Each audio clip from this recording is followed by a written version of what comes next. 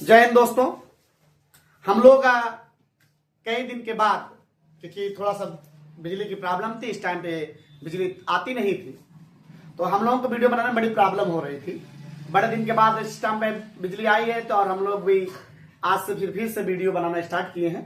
चलिए हम लोग देखते हैं। हम लोग पढ़ रहे थे पार्ट्स ऑफ स्पीच में नाउन, और एक विस्तार तरीके से, शानदार तरीके से हम लोगों ने नाउन पढ़ा था, और उसी के आगे में आज नाउन में ही हम लोग पढ़ने वाले हैं फंक्शन एंड रिलेशन।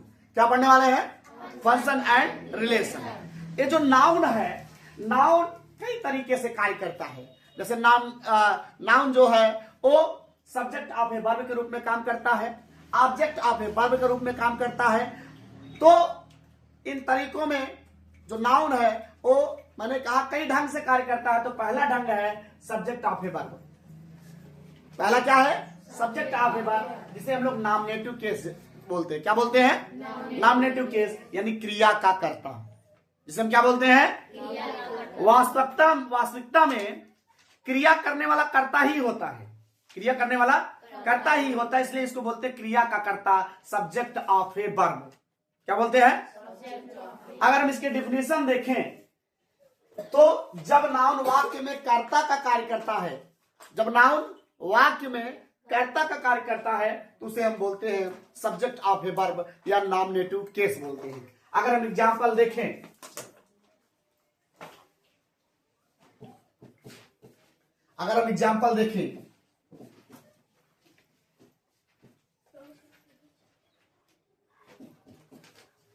ही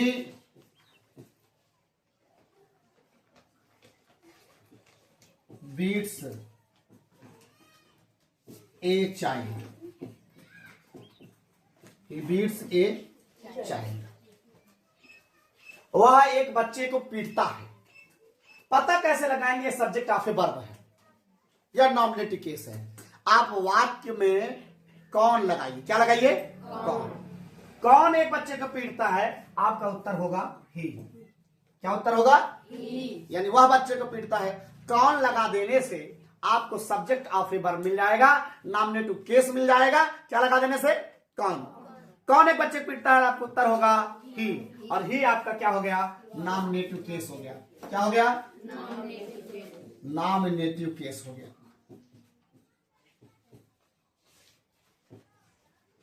ही आपका क्या हो गया? नॉमिनेटिव केस हो गया। बात समझ आ गई? और एक एग्जांपल और अगर हम लें, दूसरा, रोहन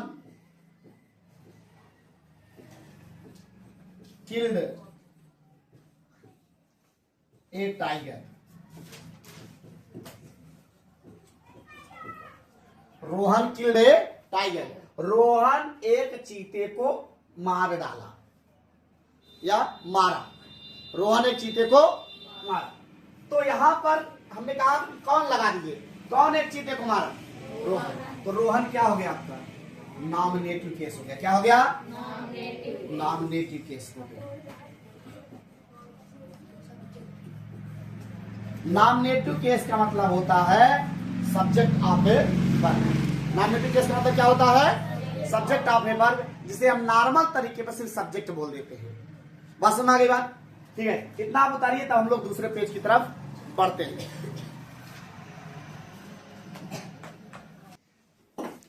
चलिए देखिए, दूसरा हेडिंग है ऑब्जेक्ट ऑफ ए वर्ब। दूसरा हेडिंग क्या है? ऑब्जेक्ट ऑफ ए वर्ब, यानी जिसे हम लोग बोलते हैं ऑब्जेक्टिव केस। जिसे क्या बोलते हैं? Objective case. यानी क्रिया का कर्म। जो नाउन वाक्य में कर्म का काम करता है। वाक्य में कर्म का काम करता है, कर्म का कार्य करता है,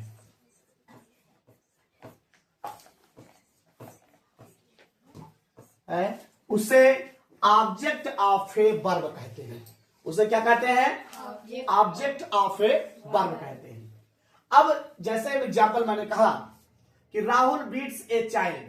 अगर हम बोलें कि राहुल किसको पीटता है, एक बच्चे को, उत्तर आएगा एक बच्चे को। राहुल, यहां पर राहुल पीट रहा है बच्चे को, जिसको पीट रहा है, किसको लगा देने से या क्या लगा देने से। तो जो प्रश्न करने पर जो उत्तर आता है क्या और किसको लगाकर प्रश्न पूछने से जो उत्तर आता है वही आपका ऑब्जेक्ट होता है। क्या होता है? ऑब्जेक्ट, यानी ऑब्जेक्ट ऑफ ए वर्ब होता है, यानी ऑब्जेक्टिव केस होता है। जैसे Rahul beats the child, Rahul किसको पीटता है? एक बच्चे को। एक बच्चा क्या है आपका? ऑब्जेक्टिव केस है। क्या है? ऑब्जेक्टिव केस, जिसे ऑब्जेक्ट ऑफ ए वर्ब भी कहते हैं। अगर मैं बोल दिया he caught a thief, he caught a thief, वह एक चोर को पकड़ा। ठीक है, किसने वह किसको पकड़ा? एक चोर को। ही माने वह या उसने किसको पकड़ा? एक चोर को। किसको? एक चोर जो है वो है ऑब्जेक्टिव केस। क्या है? Objective case. मैं फिर से कह रहा हूं, मैं बार बार इंगित कर रहा हूं, क्या और किसको लगा देने से ऑब्जेक्टिव केस का पता चलता है। किसका पता चलता है? ऑब्जेक्टिव केस का। ठीक है, अब ऑब्जेक्ट जो होते हैं, ऑब्जेक्टिव केस जो होता है दो प्रकार के होते हैं। जो ऑब्जेक्ट ऑफ ए वर्ब है, जो ऑब्जेक्ट ऑफ ए वर्ब है, ऑब्जेक्ट ऑफ ए वर्ब, ये दो प्रकार के होते हैं। या जो सकारात्मक क्रिया है, क्या? जो सकर्मक क्रिया होते हैं वो दो प्रकार के होते। सकर्मक क्रिया के दो कर्म होते हैं। सकर्मक क्रिया कितने कर्म होते हैं? दो। सकर्मक क्रिया के दो कर्म होते हैं, डायरेक्ट ऑब्जेक्ट और इनडायरेक्ट ऑब्जेक्ट। अगर मैं बात करूं सकर्मक क्रियाओं की, यहां पर नोट 1 डाल के हम लोग लिखेंगे, नोट 1 सकर्मक क्रियाओं की, सकर्मक क्रियाओं की दो ऑब्जेक्ट होते हैं।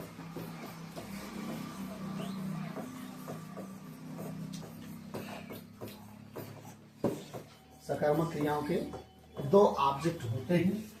पहला डायरेक्ट ऑब्जेक्ट, प्रत्यक्ष कर्म। पहला होता है डायरेक्ट ऑब्जेक्ट, प्रत्यक्ष कर्म।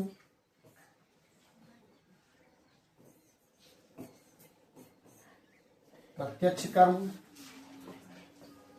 दूसरा होता है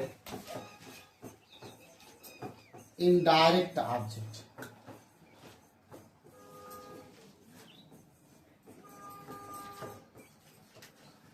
इनडायरेक्ट ऑब्जेक्ट, अप्रत्यक्ष कर्म।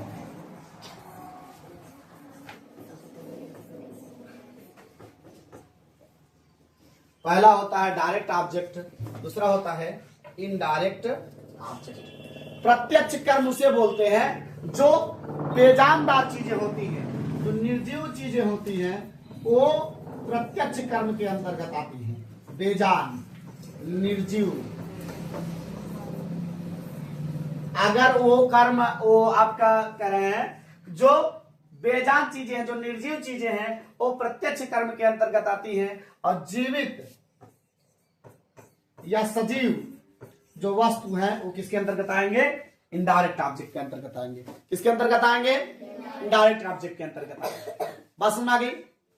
अच्छा, अब हमें एग्जाम्पल के द्वारा मैं बता रहा हूं। और एक चीज सुनिए, अगर एक ही सेंटेंस में इनडायरेक्ट ऑब्जेक्ट और डायरेक्ट ऑब्जेक्ट दोनों आ गए तो इनडायरेक्ट वाला पहला लिखेंगे, इनडायरेक्ट ऑब्जेक्ट को पहले लिखेंगे और डायरेक्ट ऑब्जेक्ट को बाद में लिखेंगे। जैसे एग्जाम्पल के तौर पर अगर मैं बताता हूं,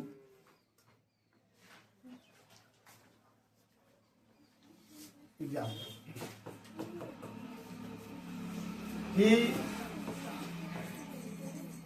gave मी ए पेन है अच्छी। He gave me a pen, उसने मुझे एक कलम दिया।